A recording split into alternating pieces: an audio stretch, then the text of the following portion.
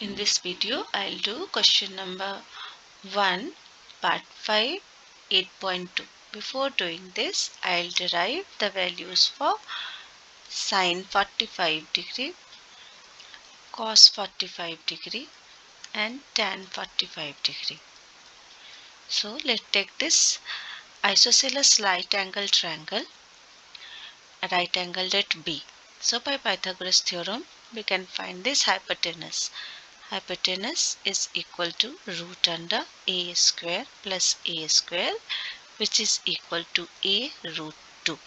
So the value of hypotenuse is a root 2. Now sine 45 degree will be perpendicular upon hypotenuse, that is 1 by root 2. Similarly, cos 45 degree is equal to a upon a by root 2, that is 1 by root 2 again, and tan 45 degree will be a by a, that is 1. So in this question, it is 5 cos square 60 degree. 5 and cos square 60, cos 60 and sine 30, cos 30 and cos 60. I have proved these values in my previous video. So now I'll directly take the values. 5 cos square 60 degree means cos 60 degree will be 1 by 2 and square of this, plus 4 sec square 30 degree.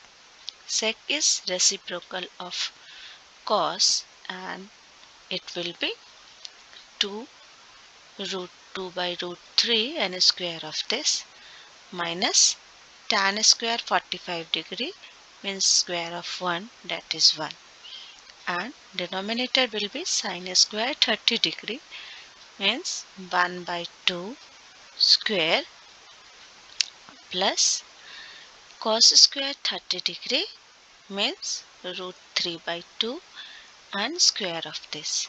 So I'll solve this denominator separately.